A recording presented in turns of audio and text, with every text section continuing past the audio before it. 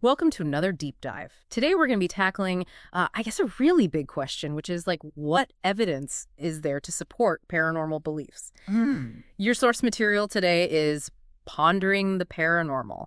And gotta say, the author, Dakota Franson, is a pretty interesting guy. He's a paranormal investigator, Right. but he's also a minister, graphic designer, AD, and a musician. Yeah, that's actually what I found so fascinating about Dakota, Yeah. is that his background really seems to inform how he approaches the paranormal. Oh, okay. He's not just presenting the same old ghost stories that we've all heard before. Yeah. But he really dives into like the historical context, cultural, even religious context that kind of shape all these beliefs. Yeah, I noticed right off the bat, he defines paranormal way more broadly than I was expecting. Hmm. It's not just, ghosts and UFOs. It's also psychic abilities and, like you said, all that cultural and religious stuff. Yeah. It feels like he's trying to avoid saying that it's all, like, definitely real or definitely fake? Exactly. And Yeah. he actually examines documented cases and scientific investigations right alongside Mm. the historical beliefs. So it's a much more balanced perspective. See, that's what I like, because it feels like sometimes you have to just believe everything or dismiss it all. Right. This Right. seems much more like, use your brain, but also be open to things. Yeah, it definitely seems like he's encouraging critical thinking, Hmm. but at the same time acknowledging there's still a lot we just don't know. Okay, so where does he start? Like, where does he actually start diving into all this paranormal stuff? Well, one of the early chapters really focuses on uh, the history of magical practices Okay. and how those practices have evolved over time. Oh, see, now that's my kind of stuff. I always wonder about how ancient cultures viewed magic. Hmm. Was it anything like, what we see in the movies? Like less Harry Potter and more how integrated it was into daily life. For example, the ancient Egyptians, they used magic not just for this life, but to make sure that they had a smooth transition to the afterlife. So more like a spiritual tool than just trying to, I don't know, make stuff happen. Precisely. Okay. Even in ancient Mesopotamia, like magic was super intertwined with their religion, Mm. seeking favors from the gods. They had rituals and incantations for everything from healing to influencing the weather. That's amazing. It's amazing how all that ancient stuff still, like, I don't know, it still resonates today, even if it's more symbolic. Yeah. Does he go into any specifics about like practices, or is it just kind of big picture? Oh, he gets into the specifics, including the concept of protection from magic attacks. Oh, okay. Now this is where it gets interesting, because he even has his own protection sigil called the Walls of Eden, which, wait for it, he turned into a sound recording Wow. based on specific frequencies. Yeah, and that kind of ties into this whole idea of CE5 protocols. What's that? Or Close Encounters of the Fifth Kind, Okay. where people actually use these frequencies to try and make contact with extraterrestrials. Hold on. Attracting aliens is related to protecting yourself from magic. How does that work? Well, Dakota seems to have kind of adapted this concept. Hmm. CE5 uses these sound frequencies to try and, communicate. And Dakota believes that those frequencies can actually amplify the protective qualities of his sigil. Okay, now I'm really curious to learn more about that. So we've got magic, ancient rituals, and now possible alien contact. What else does he explore? Well, he also delves into psychic phenomena, and he really examines the science behind psychic research. Hmm. Even some government projects, like, for example, Project Stargate. Wait, hold on. Like the real Project Stargate, like government secrets and psychic spies. That's right. They explored remote viewing for military applications. That sounds like a movie. I know. Oh. That's crazy. But it's real. It really did exist. And in fact, the book examines, declassified government files and stuff. Oh, wow. And it really reveals, this history of government involvement in this kind of research. Okay, you've piqued my interest. So is there any, like, evidence that any of that stuff worked, or was it just all, like, wishful thinking? Some of the results they got were surprisingly accurate. Remote viewers were able to describe locations and events that they had absolutely no prior knowledge of, Wow. sometimes in, incredible detail. Okay, so we've got ancient magic, potential alien contact, and government-funded psychic spies. This deep dive is getting wild. But what does all this mean for like someone like me who's, I'm curious about this stuff, but I'm also a little skeptical? Is Dakota trying to like convince us we all have hidden superpowers? It's more about presenting the information and letting you kind of decide what resonates with you. Okay. He does offer some advice on developing your own psychic abilities, but he really emphasizes responsible practice and like ethical development. Okay, that's good. And he focuses on things like meditation and really honing your intuition. Okay, phew. That's a relief. I don't really want to be the next, like TV psychic or anything. Right. Does the book suggest that like everyone has psychic potential, or are some people just like born with it? It seems that everyone has some degree of intuition, Hmm. that inner knowing, Right. but developing it to the level of, say, like demonstrably clairvoyant, Mm. that takes a lot of practice. Yeah. It's, like anything else, it's a skill you have to hone. So no shortcuts to like becoming the next Nostradamus. Not exactly. The book really focuses on, those practical techniques like meditation, visualization, and really learning to trust that inner voice. Makes sense. Sometimes it feels like people just want those instant psychic powers, but like anything worthwhile takes time and effort. Right. Speaking of things we haven't really figured out, I know the book also explores cryptozoology. Are we talking like Bigfoot sightings and Loch Ness monster photos? He covers those famous cryptids, sure. Huh. But he also highlights cases where, like, a mythical creature actually turned out to be real. Oh, really? Like what? Like the rediscovery of the coelacanth, Oh, yeah. that fish that they thought was extinct for millions of years. Right. It's like it makes you wonder what else could be out there that we haven't found yet. Yeah. But before we go on a Bigfoot hunt, I know we got to talk about the big one, UFOs. Oh, yeah. The book definitely doesn't shy away from UFOs. Yeah. And it goes beyond just, like, sightings. Okay. It dives into government secrecy, declassified files, like Project Blue Book, and, just that whole debate about disclosure. Okay, so we're not just talking about like blurry photos here. Right. What kind of insights does he offer on the whole UFO thing? Well, he examines, the historical context of sightings. Okay. He explores theories like the Drake equation, which actually tries to calculate the probability of us finding intelligent life. Right. And then the Fermi paradox, which asks, like, well, if they are out there, why haven't we found them? Those are some big questions. But doesn't the book also talk about like alien abductions? Yeah. Does he present those as like fact or fiction? Well, he actually explores both sides. Okay. He talks about common experiences that abductees report, but then also the psychological factors that might lead people to believe they were abducted. So it's not about like dismissing people, but trying to understand, what might be behind it. Exactly. He really examines the psychology, the sociology, even how things like trauma and sleep paralysis and even cultural influences might shape these narratives. Wow. That's a way more nuanced approach than I was expecting. It definitely recognizes that the human mind is very complex, and these paranormal experiences are often difficult to interpret. Yeah. But, it's also important to be aware of the potential for, like, deception and manipulation. Speaking of needing a discerning eye, I know the book also dedicates a good chunk to debunking, like fraudulent practices. Why do you think that's so important to include?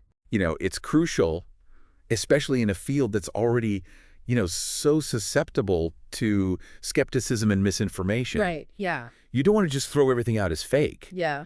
But you do need to be able to sort of discern what's real and what's a con. Right. And he actually exposes some techniques that these people use, like cold reading, where a psychic uses, vague statements and subtle cues to make it seem like they know more than they do. Oh, okay. And then hot reading, where they'll actually research you beforehand so they can really impress you with what they know. Wow. So it's like a con game disguised as a psychic reading. Yeah, unfortunately. That's kind of disturbing. I'm glad he calls that stuff out. It's like, he's really emphasizing being skeptical and asking questions and not just blindly accepting everything. Right. It's about empowering yourself with knowledge and awareness. Yeah. So you can kind of navigate this world that's often sensationalized. Right. And remember, this is just the beginning. There's so much to unpack. Stay tuned as we keep exploring the mysteries of Pondering the Paranormal. Welcome back to our deep dive into Pondering the Paranormal. Last time we were talking about, like, being skeptical and all the misinformation out there. It's easy to, like, get caught up in the excitement, but got to use your head, too. Right? You don't want to just believe everything you hear. Dakota's emphasis on debunking those fraudulent practices really sets the tone for the whole book. It's about approaching the paranormal with, curiosity, but also a critical mind. And speaking of needing a critical mind, let's circle back to that whole protection from magic attacks thing. Hmm. It really got me thinking, but I got to admit, it also left me with a few questions. Like, does the book actually say what these attacks would look like?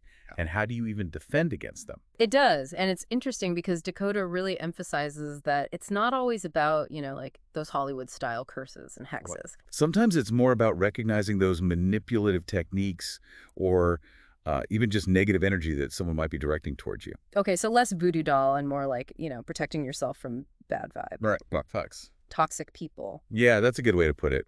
The book talks about like building a protective shield, Hmm. using things like visualization, affirmations, and energy work. It's about strengthening your own energy field and setting really clear boundaries so you're not as susceptible to those negative influences. I mean, that makes sense, especially these days, It feels like we're constantly bombarded with information and energy from everywhere.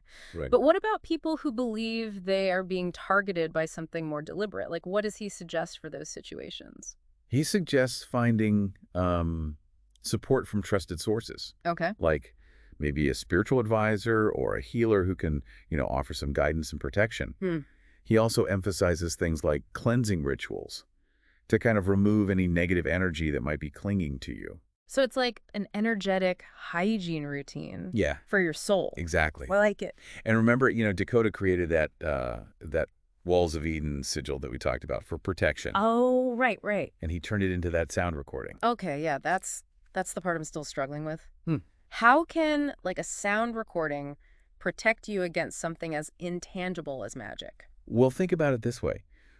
We know that certain frequencies can be calming, right? Others can be energizing. Mm, Music therapy uses this all the time. right. Dakota seems to believe that some frequencies might also have these protective qualities, like they can create a barrier against negative energy. So he's basically combining ideas from like sound healing and energy work Yeah. to make some kind of sonic shield. That seems to be the idea. Yeah. And it's really interesting because he actually drew inspiration from those CE5 protocols. Oh, right. The ones for trying to contact aliens. Exactly. Which use, specific frequencies to try and make contact. So he's linking alien contact with protection against magic. I gotta say, that's some outside the box thinking. It is. But it really highlights his willingness to draw these connections between things that seem totally unrelated, which I find is really intriguing. Maybe there are more connections between different areas of the paranormal than we realize. Okay, yeah, that's a good point. We should be more open to those connections. Yeah. And that actually leads us to another topic that I know people like to debate, Hmm. psychic phenomena. Right. Dakota explores, like, the science behind it. But I guess the big question is there actually any evidence these abilities exist? Or is it just, like, wishful thinking? That's the million-dollar question. I mean, Yeah. there have been experiments, really controlled experiments that show some interesting results. Okay. Results that suggest something beyond just random chances happening. But, even the most compelling research hasn't really definitively proven anything. So it's still a mystery. But there are hints that something might be there. And the book talks about government projects like Project Stargate that investigated remote viewing, Yeah. seeing things with your mind from miles away. Didn't those get shut down because they didn't find anything? Not exactly. Actually, some of the results from those government programs were surprisingly accurate. Oh, really? Yeah, remote viewers were able to describe like locations and events they had no way of knowing about, sometimes in incredible detail. I mean, it definitely raised eyebrows, even within the intelligence community. So maybe those psychic spy stories aren't so far-fetched after all. Right? But did those government files, did they reveal any secrets about, like, what they learned? Or was it all, top secret? They definitely highlighted the government's interest in harnessing those psychic abilities for things like intelligence gathering. Hmm. But they also revealed the ethical dilemmas, Yeah. and the challenges of trying to control and utilize something we don't really understand. Yeah. It's like even in the paranormal world, we have to think about those consequences, Right. especially when you're talking about like government power. Exactly. And on a more individual level, the book also has, guidance on developing your own psychic abilities, Mm. but it really stresses responsible development and ethical practice. Mm. No quick tricks for superpowers. Right, exactly. Does it suggest everyone has this potential, or are some people like naturally gifted? It suggests everyone has, some degree of intuition, that inner knowing. Okay. But, actually turning that into, like, demonstrable psychic abilities, that takes dedication and practice, like anything else. So it's less about being born special and more about like learning to trust your gut. Exactly. It's about exploring your own inner world Yeah. and seeing what you discover, not just, looking for validation or quick fixes. Yeah, that makes sense. It's about the journey, not just the destination. Speaking of journeys, let's talk about a topic that's, I don't know, both fascinating and often kind of ridiculed: cryptozoology. Yeah. The book mentions like Bigfoot and the Loch Ness Monster. But are there any actual cases where like a mythical creature turned out to be real? Because, those always feel like the most compelling evidence that we don't know everything about the world yet. Yeah, you're right. Those are the discoveries that really make you think. And the book highlights a great example: Hmm. the rediscovery of the coelacanth. That fish they thought was extinct for millions of years. Oh, yeah, that's right. It really had, reignited that search for living fossils. It's the perfect example of how what we think is just a myth could turn out to be real. Does he think there could be other creatures out there, just waiting to be discovered? He definitely hints at that possibility, Hmm. that, undiscovered species could be hiding in, remote parts of the world. It reminds us that we haven't explored every inch of this planet yet. That's kind of exciting and scary at the same time. Discovering a new species would be amazing. But what if it's like a little more menacing than a cute little coelacanth? I know, right? That's what's so alluring about cryptozoology. Yeah. It plays on our fascination with the unknown, Mm-hmm. that possibility that something, unexpected might be out there. Okay, and speaking of mysteries, we have to talk about the ultimate one: UFOs. We touched on it before, but what specifically does Dakota dive into when it comes to UFOs? Well, he explores the historical context of sightings going way back, Okay. centuries even. He looks at the Drake equation, which tries to calculate the probability of finding intelligent life, Mm-hmm. and the Fermi paradox, which, asks, if they're out there, why haven't we found them yet? Yeah, those are some mind-blowing concepts. But the book also talks about alien abductions, right? Does he say they're real or not? He takes a really balanced approach, actually, exploring both sides. He looks at common experiences that abductees report, but then he also looks at those psychological factors that might be at play, things like trauma, sleep paralysis, Mm. even how pop culture might influence our perceptions. So it's not about dismissing those who believe they've been abducted, but just trying to understand like the whole picture, right? Exactly. It's about recognizing that, our minds are complex. Yeah. And sometimes those experiences, especially ones related to the paranormal, can be hard to interpret or explain. Right. But it's also important to remember that there's potential for, deception and manipulation out there. Which brings us right back to those fraudulent practices that we talked about. I'm really glad Dakota included a whole section on debunking that stuff. Me too. It's Oh. so important, especially for, people who are new to this whole world. Yeah, you don't want to fall for like a scam. Right. So what kind of tricks does he expose? Because I think a lot of people would assume it's all smoke and mirrors, pretending to talk to spirits. Oh, it goes deeper than that. He explains things like cold reading, where the psychic uses vague statements and little cues from your body language to make it seem like they know you better than they actually do. Oh, like they're fishing for clues. Exactly. Hmm. And then they present it as some kind of divine revelation. Right, right. And then there's hot reading, which is even worse. What's that? That's where they actually gather information about you beforehand. Really? Yeah. Wow. Through research, or other means, just so they can really wow you with how much they know. So it's a con game, disguised as a psychic reading. Unfortunately, a lot of times, yeah. And that's why it's so important to, be skeptical, ask questions, do your own research. Don't just blindly accept anything you hear. Yeah, trust your gut, Mm. but also, like, use your brain. Exactly. Well, before we go too deep into the world of psychic cons, we've reached the end of part 2 of our deep dive. But don't worry, there's more to come. In part 3, we'll be back to explore more of pondering the paranormal, from practical magic to cryptids, and the possibility of extraterrestrial life. Join us next time as we continue to explore the fascinating world of pondering the paranormal. Welcome back to our deep dive into pondering the paranormal. We've covered so much, from ancient magic to those government psychic spy programs. It's been a wild ride, for sure. Yeah. And, it's been really cool to see how Dakota Franton encourages us to approach all these topics with, like, a sense of curiosity, but also with a critical mind. Right, because it's easy to get caught up in all the excitement, but we got to use our brains too, Yeah. especially with all the misinformation and like straight up scams out there. Absolutely. Yeah. And that discerning eye is even more important as we dive into this next topic, practical magic. Practical magic. Yeah, because Dakota suggests that magic isn't just about, like, spells and rituals and stuff. Okay. It can actually be used to enhance our everyday lives. Okay, I'm all for a little more magic in my life. But is this like the secret where you just like visualize $1 million and it appears? Not quite. It's a bit more nuanced. The book talks about things like, visualization, affirmations, working with energy to kind of align yourself with your goals and create a path for them to manifest.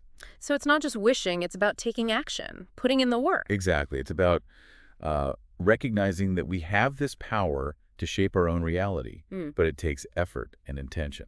That makes sense. But what about the more, I don't know, traditional aspects of magic, like spells? Does he say those have any place in practical magic? Yeah, actually he does. Okay. But he explains it in a way that feels more, grounded, less spooky, I guess.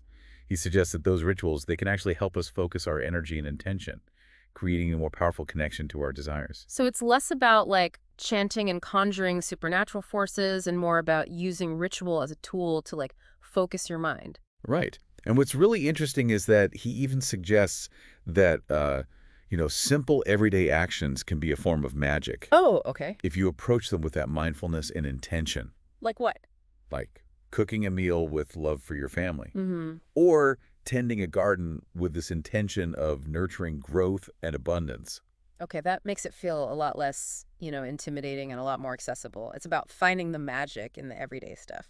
Exactly. And, speaking of finding the extraordinary in the ordinary, Yeah. let's talk about those creatures that blur the lines between myth and reality. Oh, yeah. Cryptids. Cryptids. We all know about Bigfoot and the Loch Ness Monster, but were there any other cryptids that stood out to you? Any lesser known ones? Oh, there were so many in the book. It was fascinating. I know, right? But I have to say, the one that really got me was the Mokalembembe. What's that?